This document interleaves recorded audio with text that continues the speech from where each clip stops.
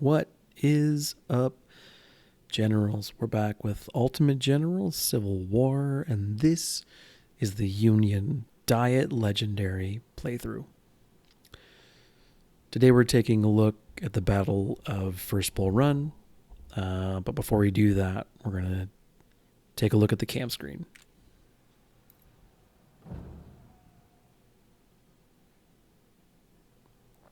All right, so here's, you see things as they were at the end of the last video.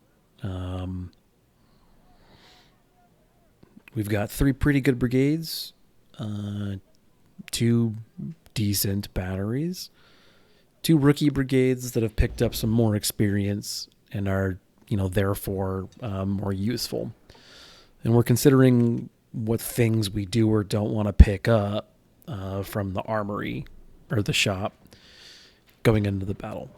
Because if you're a newer player, welcome to the channel. I don't know what you're doing watching a legendary series, but thumbs up.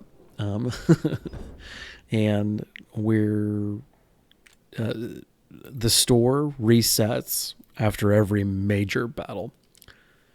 So just as a heads up, I usually like to buy whatever I feel like I want to carry forward into the campaign.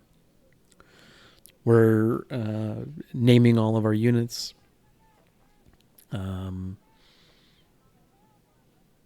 This is mostly to stretch the narrative throughout the course of the campaign.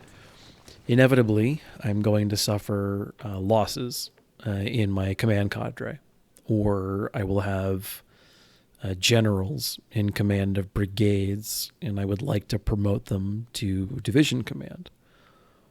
And when you do that, I think the name of the unit changes. And the point is that because it becomes much harder for us to track who's who, So I name them in every one of my series. And, like 20 battles from now, we'll be able to take a look at 1st New York or 5th Kentucky and say, oh, they've been with the army for a while.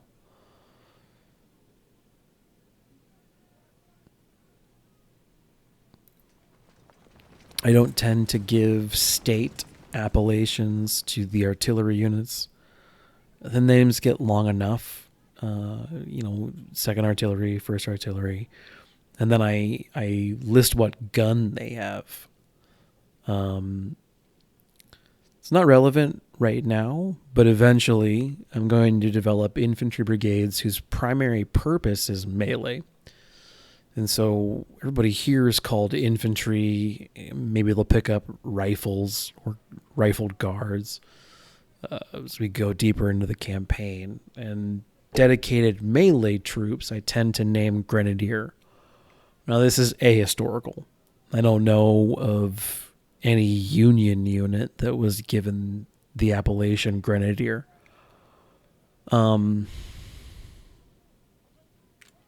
Suppose I could call them Zouaves. If I'm not mistaken, the Zouaves were generally thought of as being fairly aggressive as a unit type. Let me think on that.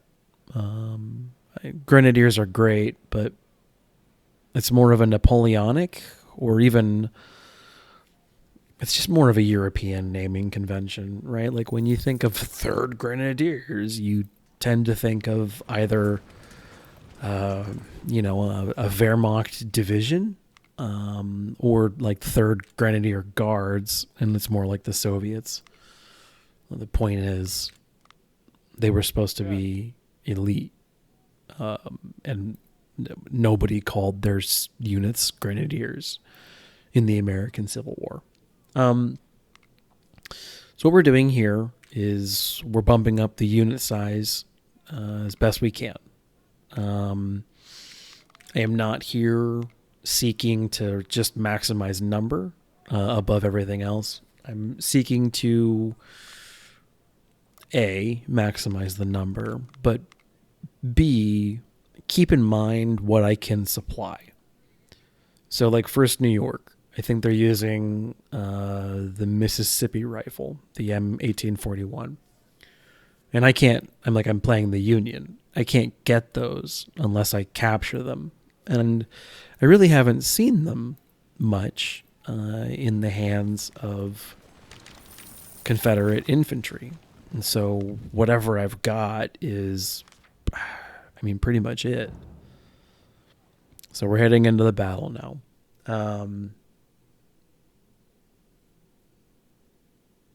The general plan is to concentrate. Well, you'll see as it goes.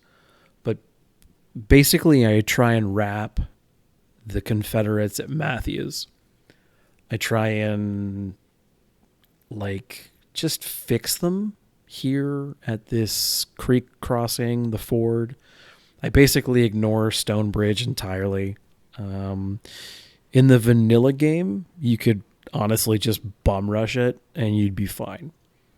In the Rebel, especially at Legendary, that's just not possible. From a game design or balance perspective, really felt like the experience that the CSA troops have make a lot of this very difficult.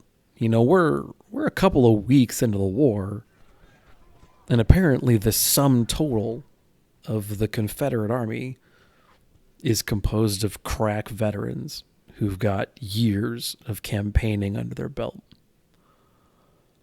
What I'm doing here with these units is 1st Ohio is the only one there that perked into accuracy. Everybody else perked into the speed or melee perk, the marching drill. So I'm less relying on them to shoot something, and more I want them to be in the way or to charge, countercharge, or honestly just catch bullets. The 2 batteries are basically useless. I want them to sort of continuously put shots on 4th South Carolina there across the bridge. It's annoying that the AI Confederates get to occupy a little trench line. Now, when you as the player are the CSA on this map, that doesn't exist for you, which is a shame. We get lucky here. We get a double split. We're not a double split, but a split on the Scout Cav. Now, these are Union Cav, but they're perked for melee, or they're equipped for melee. At some juncture here, I'll check what the perk was, but I think it was the Scouting and Stealth one. I thought they were useful for melee, but it wasn't their main focus. So my dudes, they're going to come here on the screen left, west of Matthews Hill, assuming north is screen up. And when they come in later, my light units are going to swoop south of the position. And there's this wheat or cornfield immediately south of Matthews Hill. And they're going to go there. And they're going to try and maybe bait a unit to charge or just get somebody out of position. It's kind of what I'm doing over here. I kind of continue to expose the artillery, and then the AI is pretty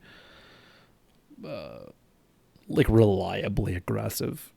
And they keep trying to cross this ford, and then they keep getting punished for it. And I'm certainly willing to allow them to do that. In this current iteration of the Rebalance mod, fighting against cavalry is, oh boy, it's a real pain in the ass. They're harder to obliterate, and the way that surrendering or shattering works, like steady trickle damage is better than big shattering volleys, because essentially it's the way that surrender mechanics work. Every At a certain juncture, under a certain morale threshold, every time you take a casualty, you roll a dice, basically. And when the dice comes up a specific number, you then roll a second dice and determine if you shatter or surrender. It's like massively oversimplifying what happens. But the end result is, instead of maybe in the past where it was better to deliver one decisive volley that would skew the numbers in such a way that you would better increase the chances of breaking a unit, now, as long as they're rolling those dice, eventually you're going to get the result you want. Now, there's no way, as far as I know, to encourage them to surrender versus shattering. That's just kind of luck of the draw. But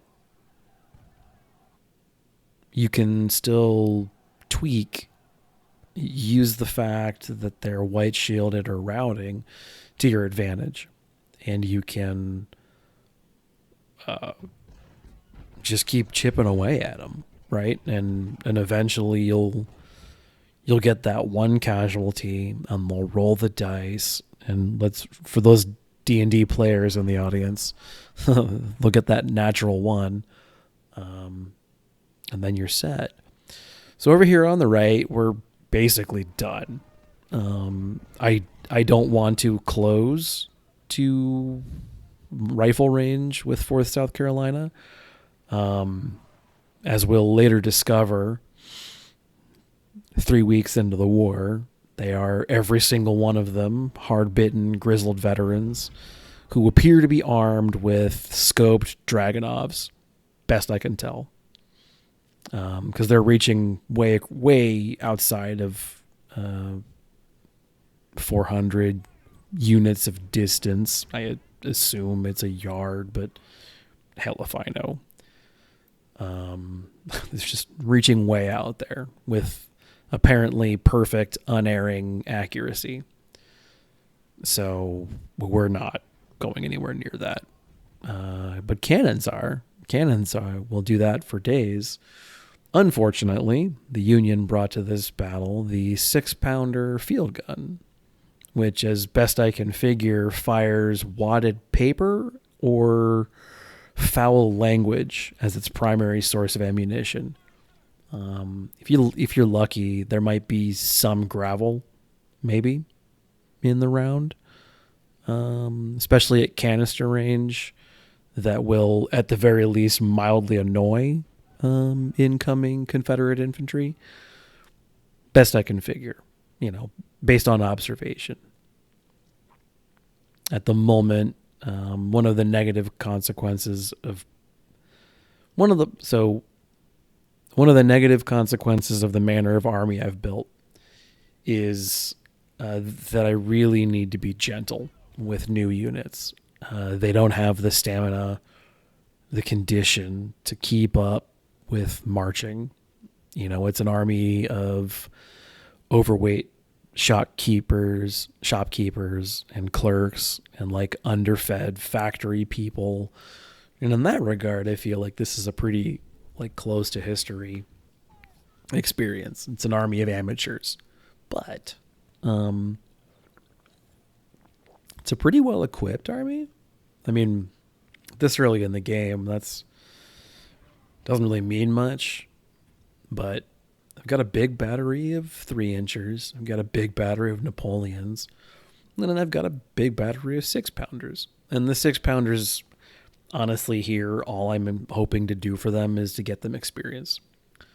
So what I'm doing here is, ultimately, I want the AI troops who are just now crossing the bridge to bear the brunt of the fighting.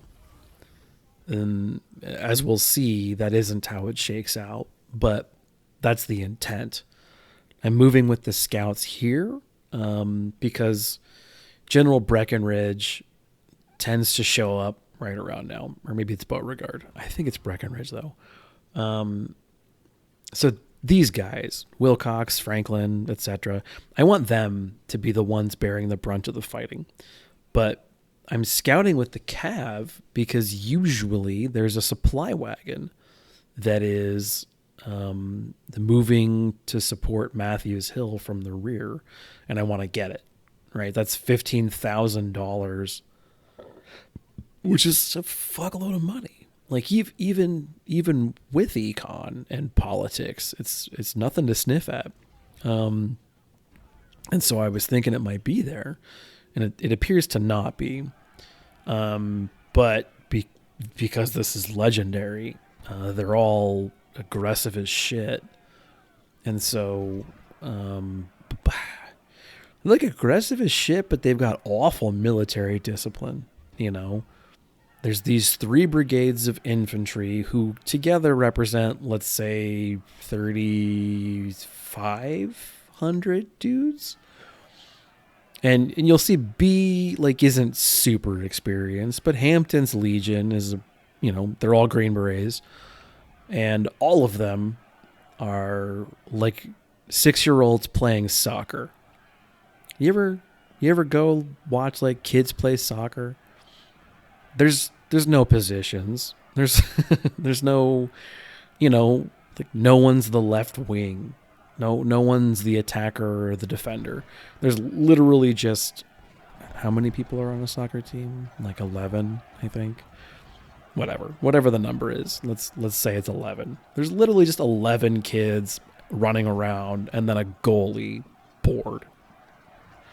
And they're just following the ball. And that's basically what's happening here. All these Confederates saw 300 cavalry running around in their rear, and they're losing their mind. Well, so I did too, in fairness. I saw these brigades here so dangerously out of position that I thought I saw an opportunity to bum rush their cannon. And so I launched a pretty aggressive attack for a lot of untrained rookies on Matthews Hill, because I figured there's maybe 1 brigade left, and then 2 or 3 batteries depending on splits. Man, did I get unlucky.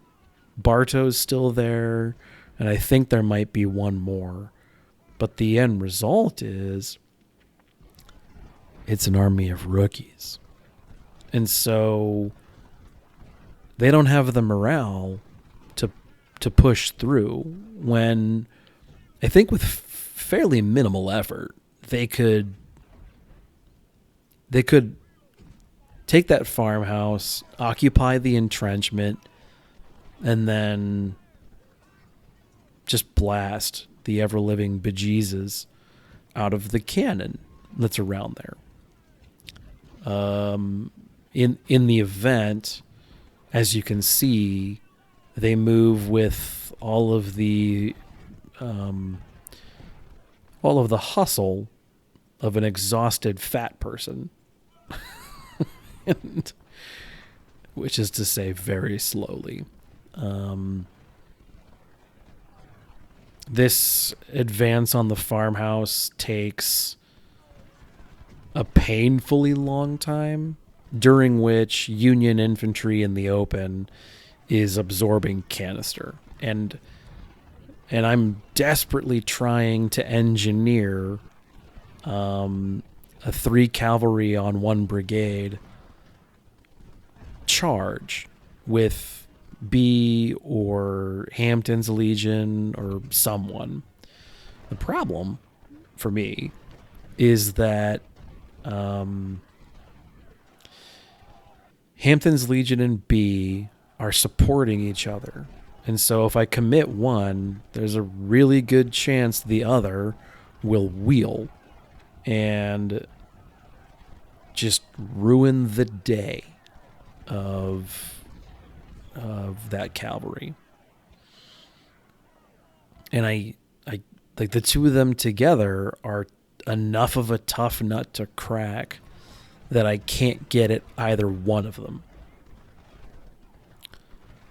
I think in the event, Hampton tries to go after the cavalry, exposes his flank to 3rd Ohio and 3rd Artillery, and a combination of the fact that 3rd Ohio is actually a decent unit, and 3rd Artillery seems to be firing some particularly crass language and some very well wadded napkins, perhaps they're wet, in the direction of Hampton, that he wavers for a second.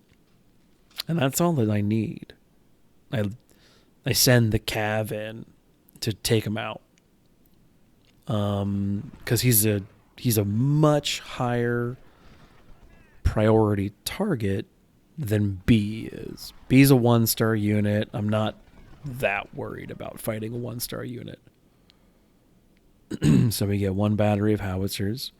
Then you know what? Credit where it's due, especially in canister. Howitzers are actually fine. They're perfectly acceptable combat, infantry support pieces. And 3rd Artillery is probably destined to become a horse artillery unit. And, as a result, I'll be giving them some gun that I don't mind taking casualties on. Eventually, that's going to be Napoleons, but not right now.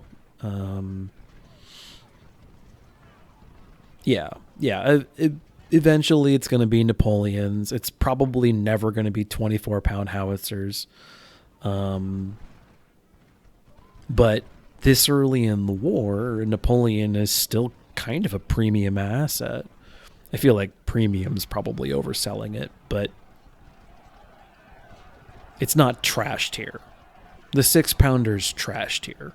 It's utter garbage. It's worthless.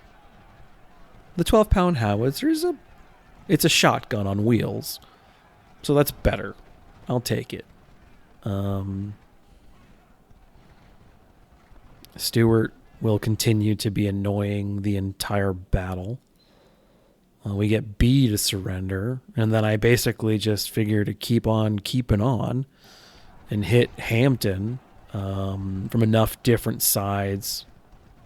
Well, really, the same side, just 4 times.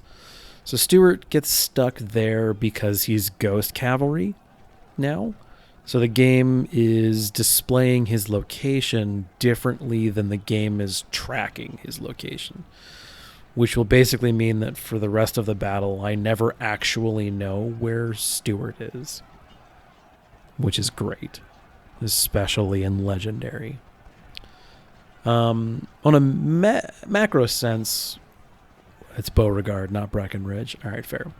In a macro sense, I've also made a pretty fatal mistake, which is to say I tripped the flag around Matthews Hill way early.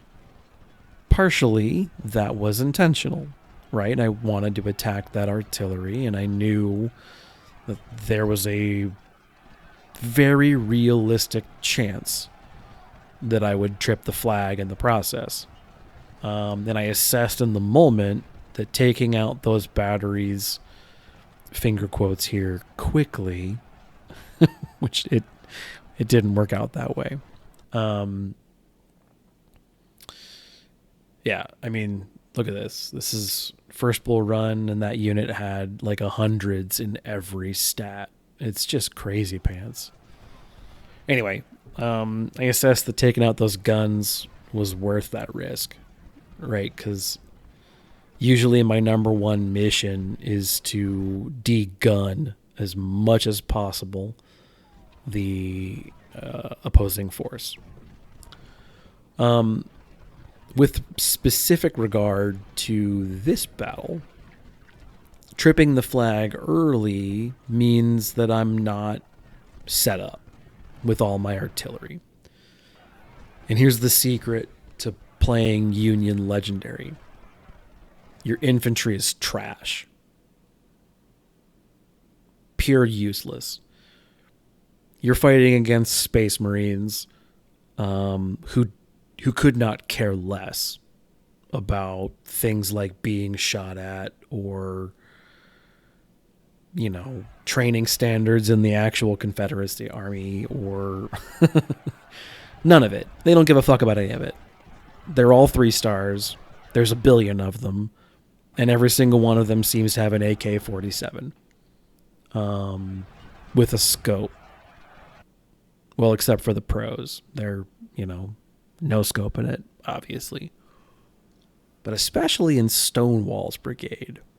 Like, it's insanity.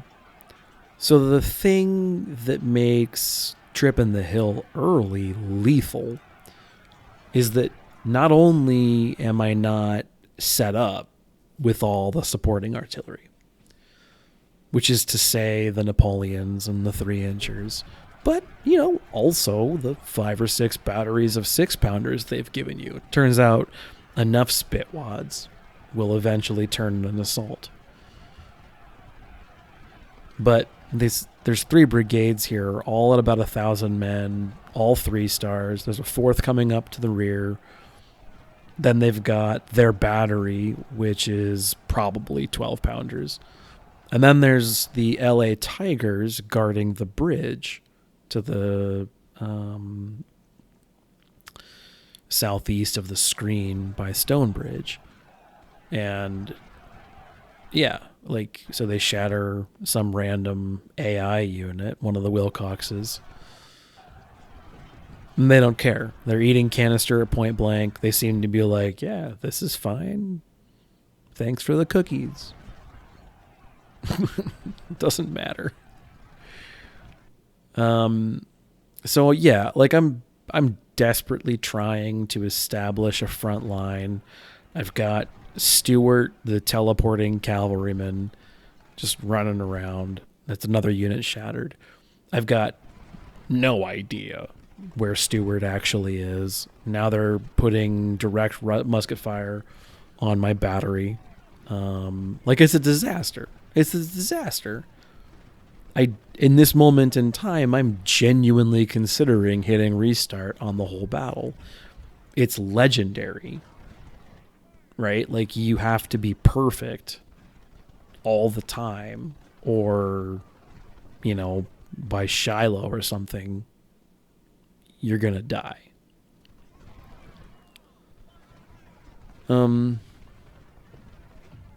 But the point of these series is that anybody can play this game at this difficulty. Now, again, I did turn down the numbers and the experience. And what I would say to you, if you're attempting a Union playthrough in the rebalance at any difficulty, is make use of the time you're given to set up before you attack Matthews Hill. Because this particular segment of the battle goes much differently if all these artillery units here that are crossing the river near Keys in 1st Ohio, if they're all in position and all the infantry has made the crossing as well, I mean, you can imagine how much that would do to blunt the pain of this attack. I'm doing something I say never ever do, which is I'm sending cavalry to engage non-routing infantry in the woods because I've got to stem the bleeding somewhere. And after all of that, when my army's basically exhausted and on its last legs, 5th Virginia comes running in there. 2nd Virginia and 27th right behind them. And there's the Lynchburg Battery blasting away. And then there's Stewart just around invisible, immutable, undetectable. It's a disaster. It's a wonder I win this battle, but this phase of the battle goes terribly. I'm hanging on, by a thread at this point. Which is interesting, because then you look at the Union right, and things are going great.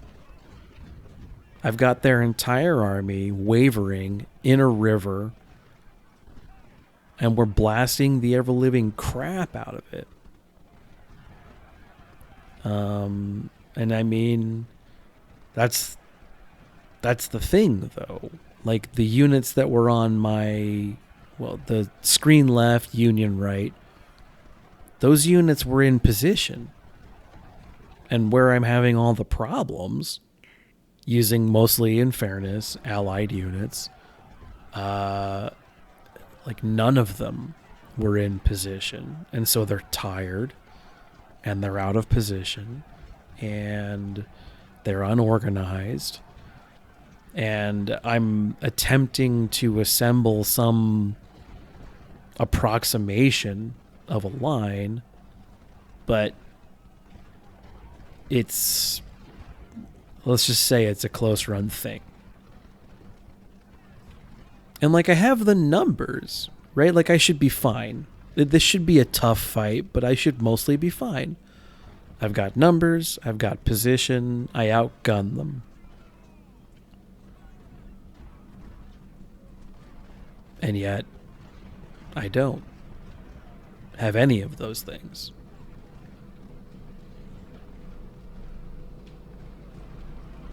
So, yeah, here Stuart just walks right past us because he's not where I think he is.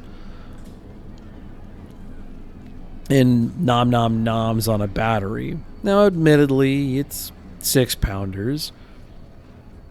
But this kind of shit, you can see how that would massively negatively impact A, your play experience, and B, your chances at doing well on the battle.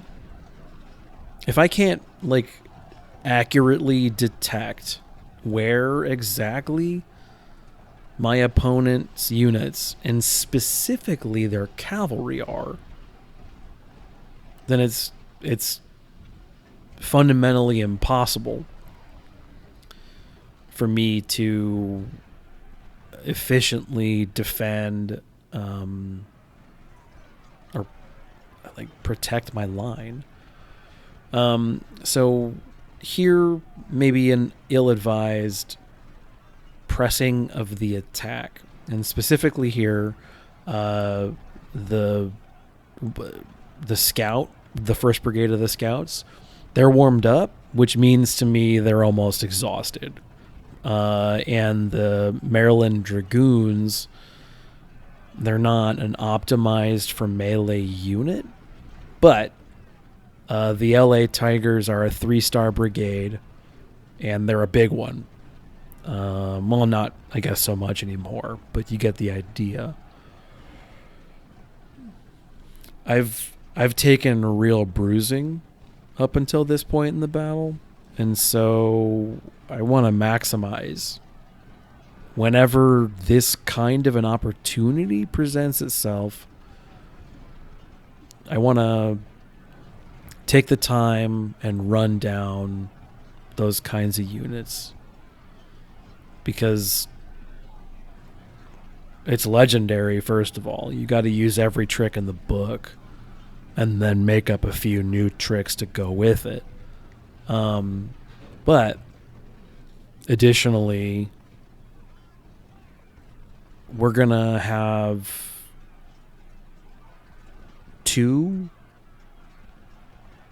one whole new force show up, Johnston's troops, and attack.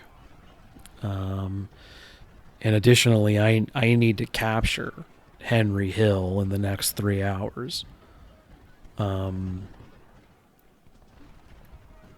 And I need to have enough of an army left after I do that to fight off Johnston's brigades, who are also composed entirely of crack veterans, like to a man. They're all Navy SEALs, and they're all, each of them carrying a Death Star.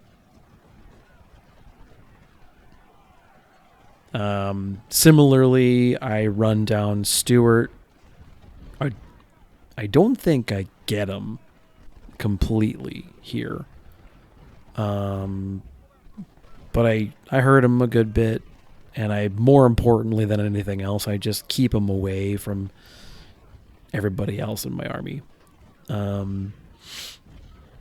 As things have slowly started to stabilize, and this is generally the position that the Union Army wants to take at this phase of the battle, you can rely on the Confederates to attack. So with that being said, you should make them do so over a river uphill in the open. And that's what we do. And so in that instance, even though my army is composed of like cosplayers and like confused toddlers, we can still mass fire on one target at a time from a bunch of different angles and route. As you can see, 3 or 4 units just did that in short order. Route a bunch of units just because they're being hit from enough sides all at once. There's the 5th Virginia, Bartow, and I think one of the remaining brigades of B is actually also in that forest. So before too long here, I'm going to realize that me being in the open, shooting at them in the woods is a mistake, and I'm going to back up. I don't know. Yeah, there's the other B. So I back up, and I start kind of enacting my long-term plan to take the flag, because I actually don't want to attack it in... How to explain this? So right now I'm wrapping the Confederate position.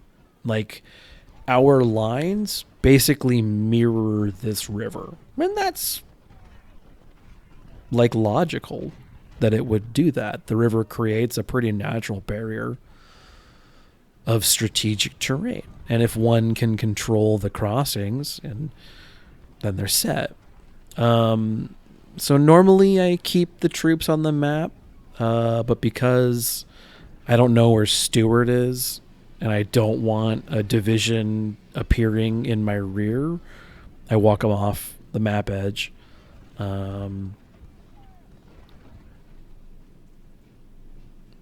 But keeping them on the map is basically a like a role play thing. It's not like there's a map edge at the real Gettysburg, you know.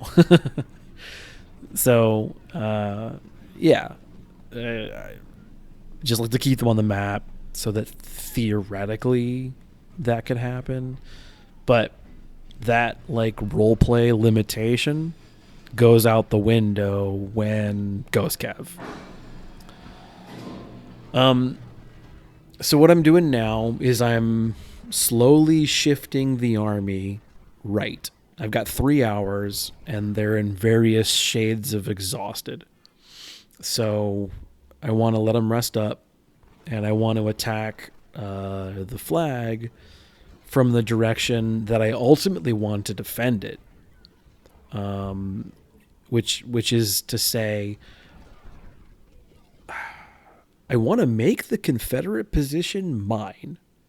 These 3 clumps of trees, plus the farmhouse where 4th South Carolina is currently hunkering down, are like excellent pieces of defensive terrain. And I've got this horde of cavalry. Admittedly, they're fairly small, but I'm thinking, hey, maybe we can wrap around and knock out Brockenborough's batteries. And man, wouldn't that be nice? Well, plot twist, I don't. And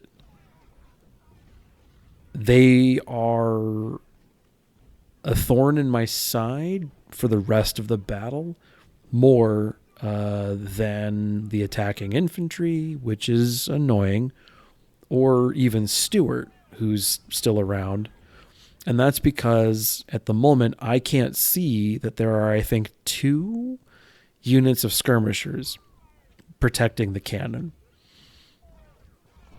Yeah, so I see 1, and I realize that even with 3 now cav units, I'm not going to be able to kill Standard and the 2 Brockenborough units fast enough to make this particular effort worthwhile. I've already lost both the scout units, who, in fairness, at this point, I largely consider to be like expendable, ablative shields.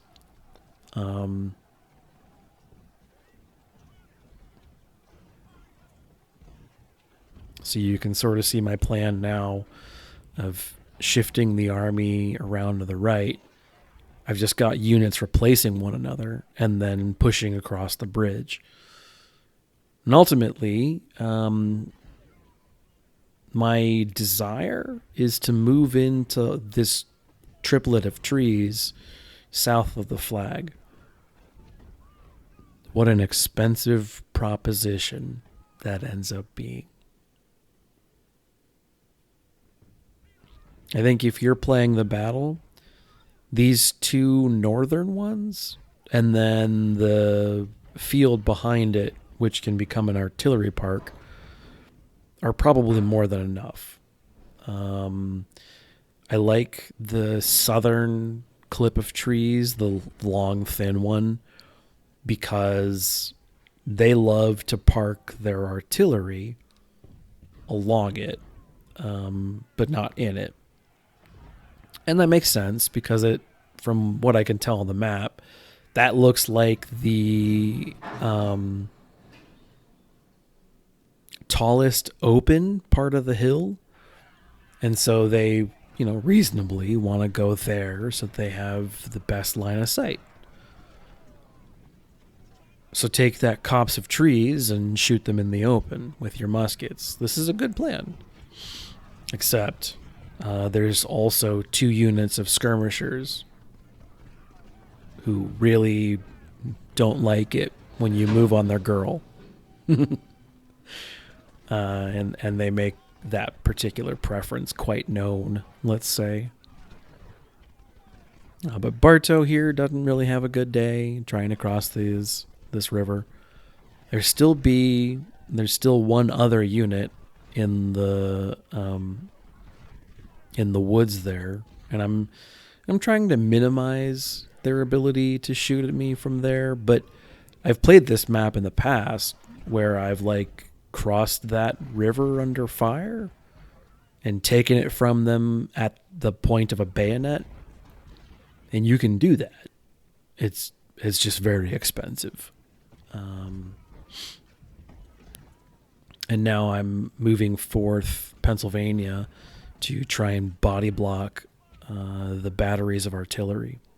I've already taken more casualties in the artillery department than I like to in this battle. So at the moment, especially because I consider them vital to both taking the flag but then also holding it, I'm being extra cautious. And again, I still don't know where Stewart is. So pushing with those brigades on the line of trees is ill-advised, but they're still shooting at me in the trees, and I'm taking losses. So in the moment, I was like, well, let's go get some shots on the cannon, forgetting, however, that they're slow-moving, low-condition Union troops. and that I would have to cross the open. I also didn't realize I would get side fire from 4th South Carolina. But again, they've all got scoped Dragonovs, so I should have known that.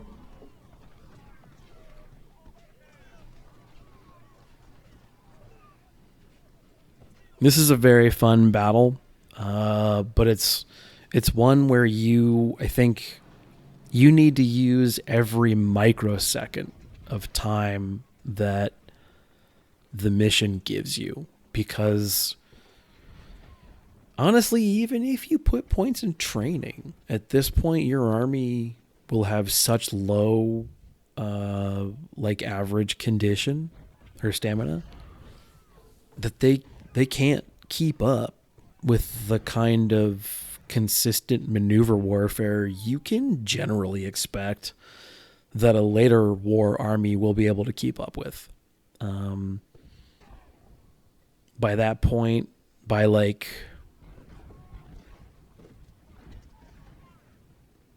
Shiloh, at least, at the earliest, certainly by Malvern and Gaines, you'll have an army, you'll have at least a good 2 to 3 divisions, I'd say, of veteran troops who've been through the mill, and they'll be able to keep up. And even if you still have 2 or 3 other divisions of wet behind the ears rookies, they're the ones that, will hold the line, and then your veterans are the ones that collapse the flank. And I think the design challenge for the Union commander is, do you keep your crack divisions together? Or, there's Stewart. Or do you intersperse veterans and rookies together? When I've done past playthroughs, I've spent a lot of time organizing divisions and trying to say, every division should have 1 veteran and 2 rookies and a support unit and artillery. But dude, it never works out that way. You've always got random odd veteran brigades and just goofy shit that makes that system difficult to follow through with. So I am going to make an effort to intersperse veteran and rookie troops, because I think especially in a 0 training Union army, you're going to need to do that.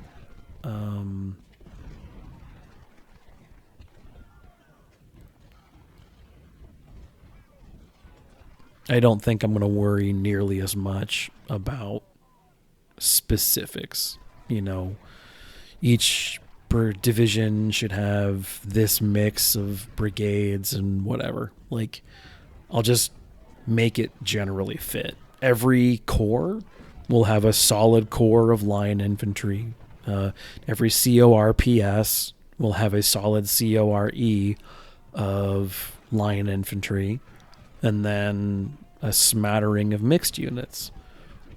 I suspect, given the relative power of cavalry, I will be developing a more robust cavalry arm than I have traditionally. And here we are, me moving on this line of artillery again. Slightly more well supported, but not, I think, in the way that I need to be. I'm trying to overwhelm 4 South Carolina with attacks from enough different sides, and I'm trying to get someone, literally anybody, in the edge of this tree line putting musketry straight on artillery, because these batteries have got to go. They've got to go.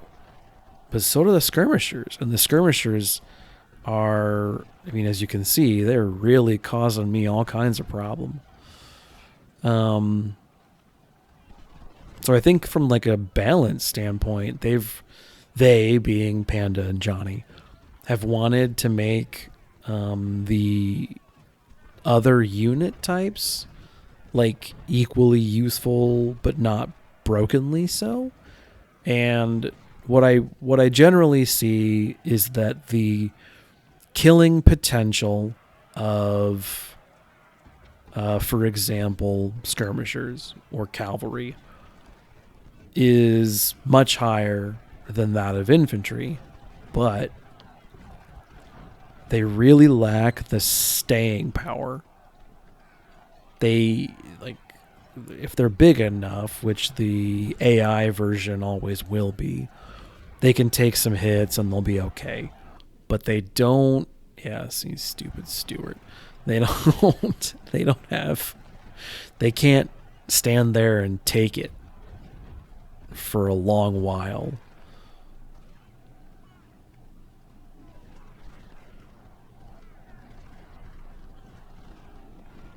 Infantry can. And they're probably designed to, ultimately. The battle for the farmhouse here is a hotly contested thing. Lots of Union blood spilled over those 4 outbuildings and that copse of trees. I've had these batteries under direct fire for a while now, and they're still here. They're just fine. Here comes the charge of the Space Marines against 4 times their number, and who gives a shit? No problem. It's fine. We got this. It's crazy.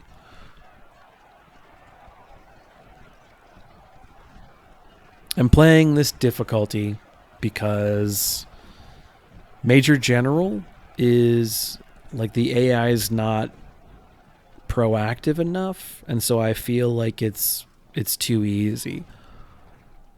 But I also think that as published, Legendary's too hard for me. I don't have fun because you basically have to play every single battle perfectly, and you have to be cheesy, or you don't stand a chance. You have to have an exquisite understanding of how the code works,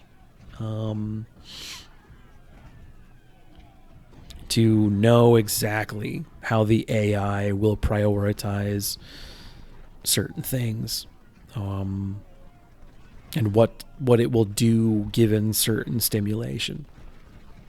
And, like, been playing this game and making content for it for a couple years, so I have a pretty good read on that stuff. But it's not where it needs to be for me to be competent at full power Legendary, and to keep up with video publication in a way that I would need to, or honestly for me to have fun.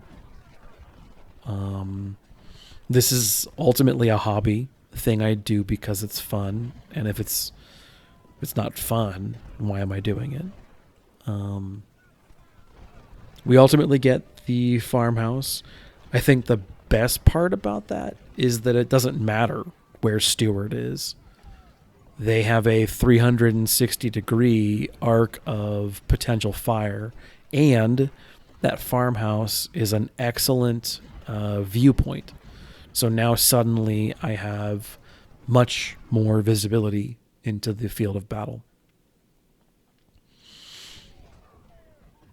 We've accomplished most of our goals, but we have an hour left, and I want to do 2 things. One, get rid of as much of that artillery as practical, which is unfortunately not all of it.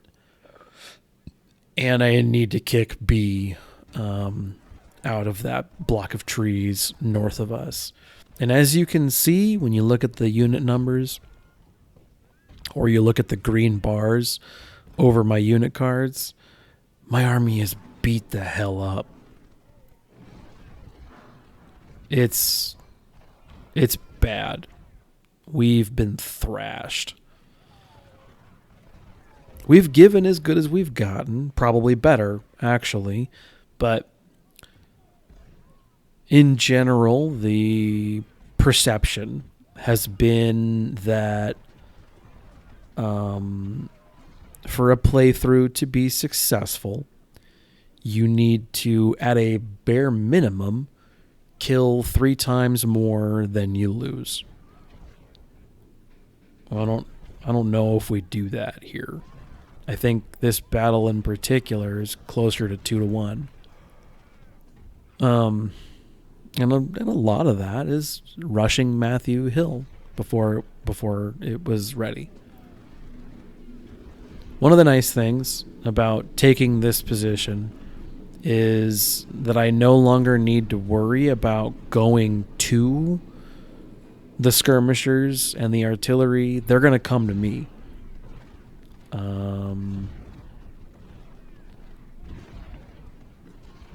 And typically what that will end up meaning is they're going to do it in the open, and they're going to get smashed in the process.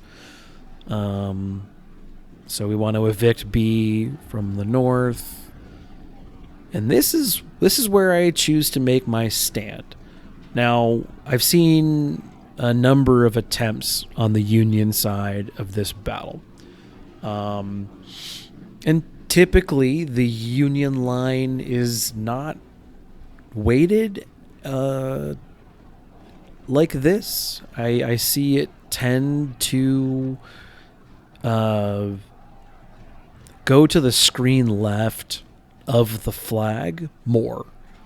And the reason I'm putting my troops where I do is that Johnston's, I guess it's like a division plus, but Johnston's units move in right there.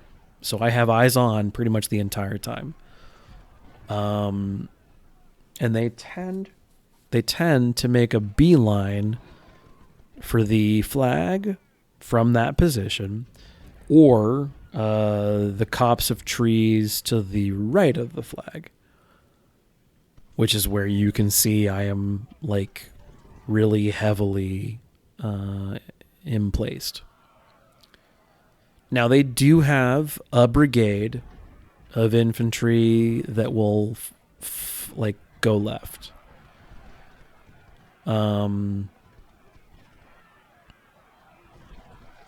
But for the most part, it's these units here, and because I've done a pretty good job of killing all of their units, apologies for the train. It's what I do to keep my rent down.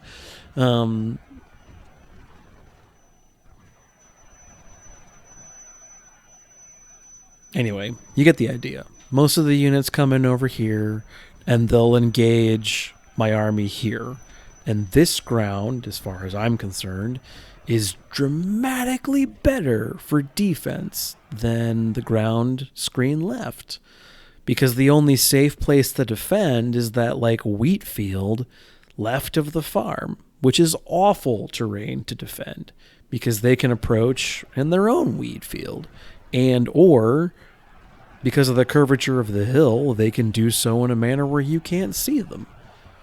By comparison, the position that I've taken, I'll see there are places that they can maneuver that I can't see.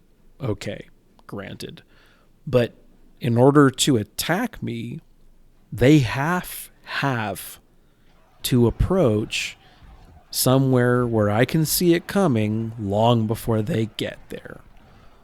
And the end result there is there's still going to be these monster charges, but they're not going to come out of nowhere relative to my awareness. And so especially right now, when I've got 0 pips in recon and a fairly ill-developed light infantry corps, I need every advantage I can get.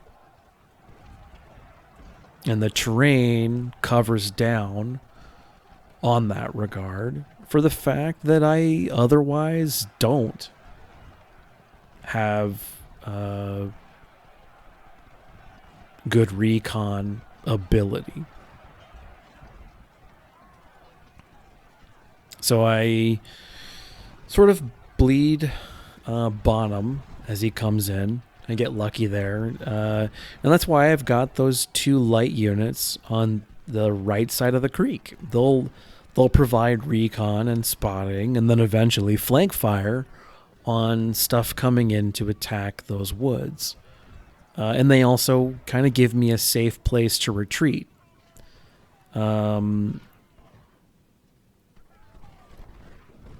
Franklin and Tyler ultimately need to fall back from the center, and I knew that was going to happen. I designed my defenses around. I would have loved to have more troops here, but absorbing at least 1 charge, knowing they're probably going to get more in than just that one. Because, like, a big portion of these battles is just surviving and minimizing how much damage they can do while they're at full strength and they're, like, very confident. And as you can see, there's a critical mass of infantry. There's Smith, Ewell, Koch, and then this other skirmisher unit, and then Stewart, right? And they all represent a pretty significant threat. Any one of them on their own, whatever, I'll deal with it. But just like in the tutorial I recorded for Potomac Fort, there are, in one of the core, like, basic rules of this particular game engine is that, for the most part, there are some scenarios where you can break this rule, but for the most part, 1 unit can only ever really be targeting 1 unit. And so if they have this saturation of threats, this is a concept that's literally called threat saturation. But they have this critical mass of threats coming from enough different angles that I can't ignore. I have to respond to all of them, because if any one of them is allowed to maneuver unchecked, they'll destroy a non-zero chunk of my army, or they'll take the objective, or they'll get my supply wagon. I mean, like, what they can do is 100 things, and they all suck. So I have to respond to all of them. And they, by comparison, can, because they're the attacker, choose a time, place, etc., manner of engagement that's most beneficial to their particular force composition. So here, they have 4 large brigades on the top of a hill threatening my flag.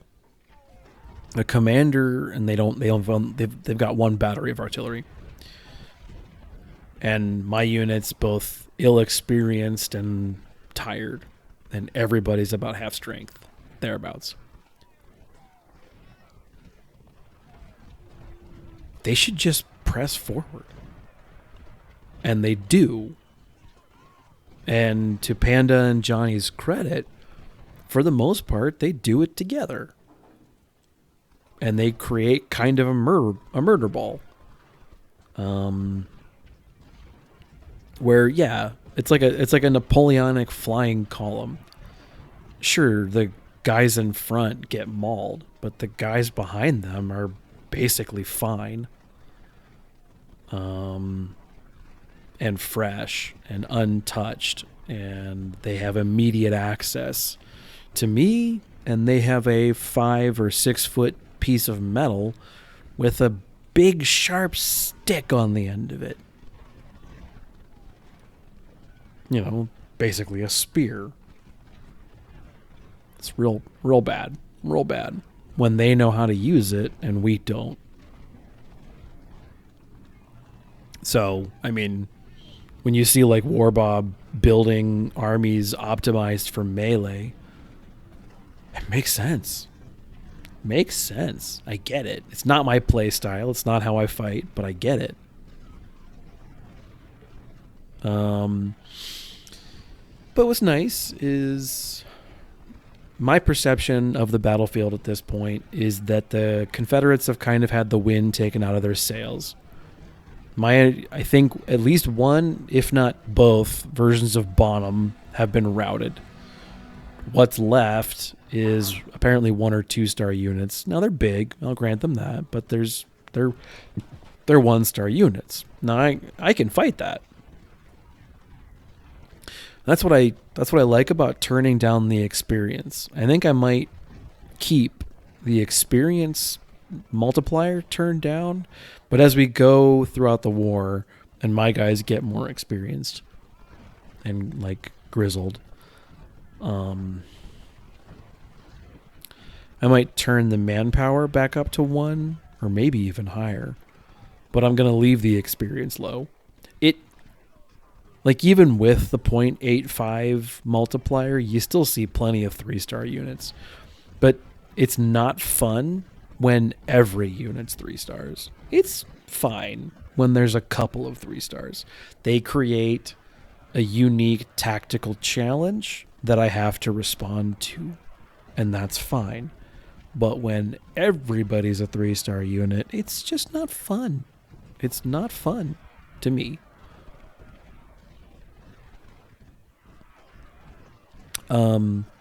Okay, so there's still a bottom in the bottom of the screen. We're transitioning to the offensive, and now I've taken over the copse of trees I've been trying to fight for since forever. 3rd Ohio is getting ground down and is about to be replaced by 1st New York. And they're basically serving as like the anchor of my army. And that's a really shitty place for them to be because they're going to get shot at from basically every direction. I'm trying to use 2nd Pennsylvania, Lightfoot, and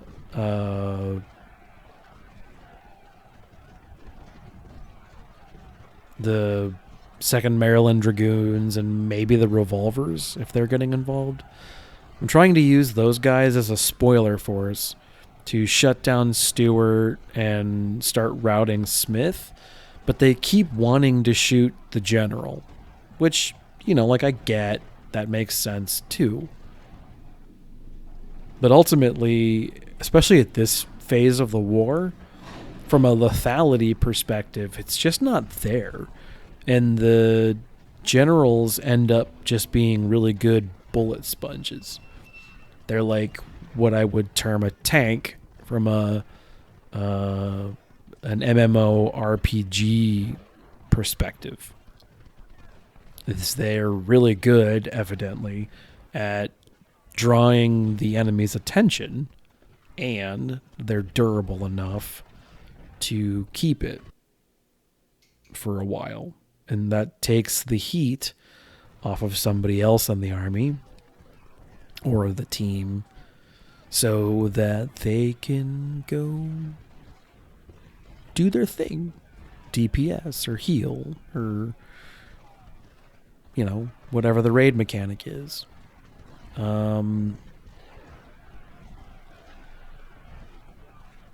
We are, however, starting to wrap up with the battle.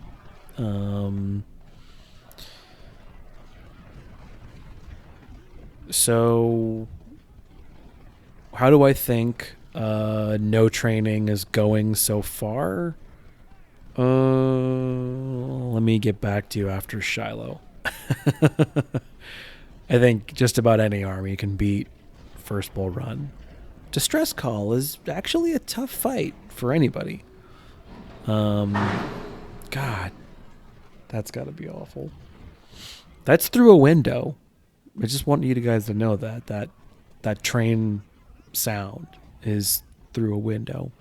And my microphone doesn't pick up, typically, audio that's more than like 6 inches away from the microphone, unless it's so loud that it would be qualified as ambient. And then it does. So, yeah, I sleep through that. It's about midnight here, so you can imagine, evenings at Fiasco's house are allowed. We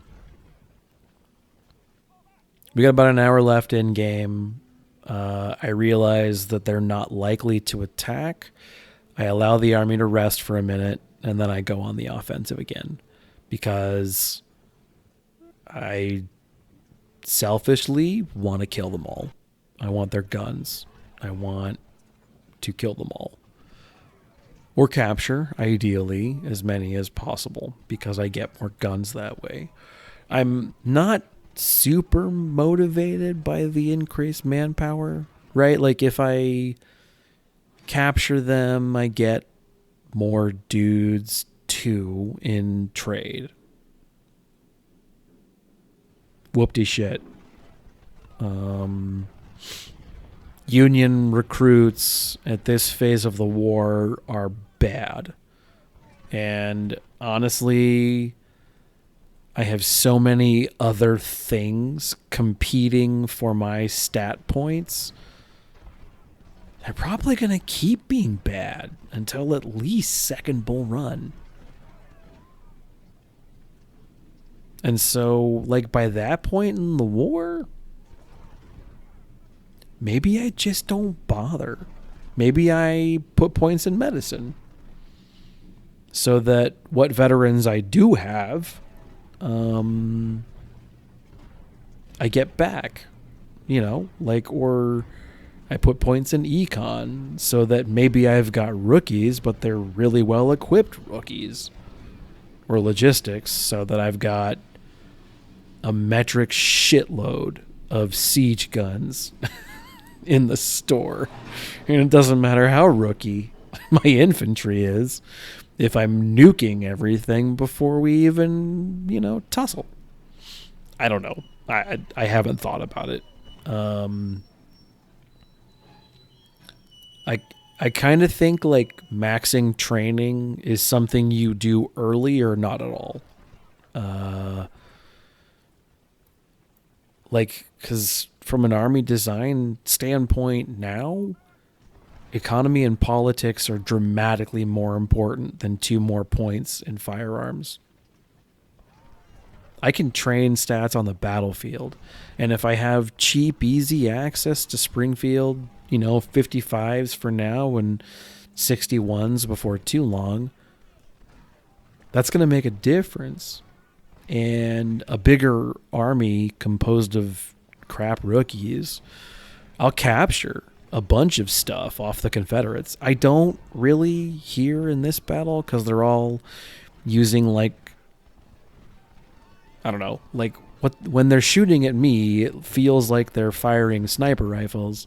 But when I get to the cam screen, it just seems like they have muskets. And not even rebores, just muskets. Which makes the fact that they were shooting me from as far away as they were more frustrating, if anything else. But I got the whole army bottled up right here, which is definitely nice. Ultimately, I think the army's fine, right? Like, I spend a lot of time whining about them being bad. But ultimately, a 0-star army is usable. You just have to be careful. You can't pull off some of the stupid nonsense you can with a 3-star unit, right? But look at the Napoleons, 1,800 kills. The 6-pounders got 500. I don't know how many the rifled guns got, but they weren't really here to kill infantry. They were here to kill cannon. And they weren't able to do so, mostly from a line of sight perspective. The repeaters haven't really had a chance to shine. And that's like one of the things, like, I think that unit's going to get just exponentially better as it perks up. 0-star units, even with repeaters, really I mean, they can't do much, right? The repeater lets them get lots of trigger pulls, which is useful, obviously. But they don't get lots of kills. They're not really good at shooting anything yet. And I don't have a critical mass of them. I've got 160 going into the battle. I've got 140 now. You know, like, I just don't have enough to do anything. But I'm training up the unit. Yeah, so I don't even manage 2-to-1 kill wise, which is bad. I do get a bunch of guns, but none of them are good. So, I mean, whatever. We get a bunch of officer promotions. That's cool. And I think we got 2 supply wagons. I mean, we got plenty of money. That's the important part. I don't know if I pick career points here. And candidly, Panda just released a new version of the mod. It's not a big version. It's still 1.27, but it's like, I think 1.27.3 or something. So there's a slight balance tweak and some really nice quality of life stuffs. So we'll see. I think I'll download the update and then I'll, keep on keeping on with this series. Wouldn't be the first time one of these series has encompassed multiple versions of the Rebal mod over the course of its life. So, we'll see. Yeah, not buying vets was very painful there, but we're up to what I would say is a critical mass of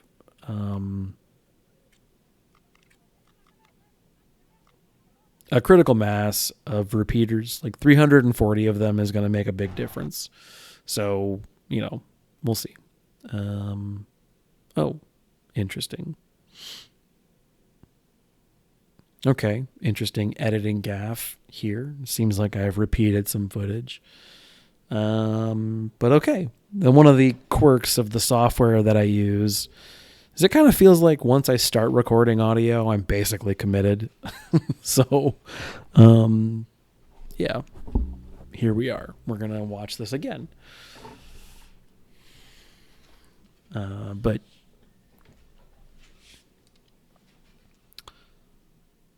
yeah, overall the battle I thought went pretty well. We suffered losses in a very painful manner, but looking at the screen here, most of those losses seem to have been on the allied units. And sorry. Now I'm debating what I want to do with regard to what I buy. Anyway, we'll talk about the next videos. So coming up, we have the march to Shiloh, so to speak. So there's river crossing, one more that I can't remember the name of, and then off we go. I will be probably spinning up more artillery going into the next couple battles. A James battery for sure. And I think third artillery ends up being a horse artillery battery, or if I haven't picked a perk by the end of this video, I'm telling you now, it's my desire to have a horse artillery battery to support the infantry. Now, I don't consider that to be vitally important at this juncture of the war.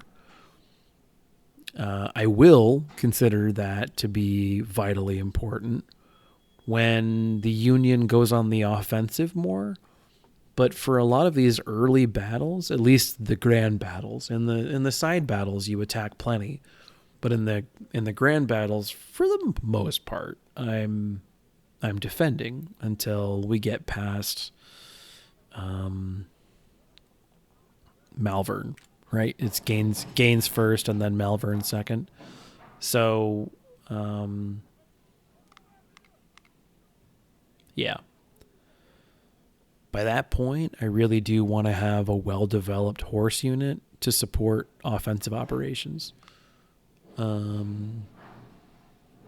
otherwise, I'm not like as worried about it. We'll get there when we get there. So in the next battle, it'll be the most recent version of the mod as of the 12th of March. And I will see you cats in the next one. This is Fiasco. Stay safe, and I'll see you on the field.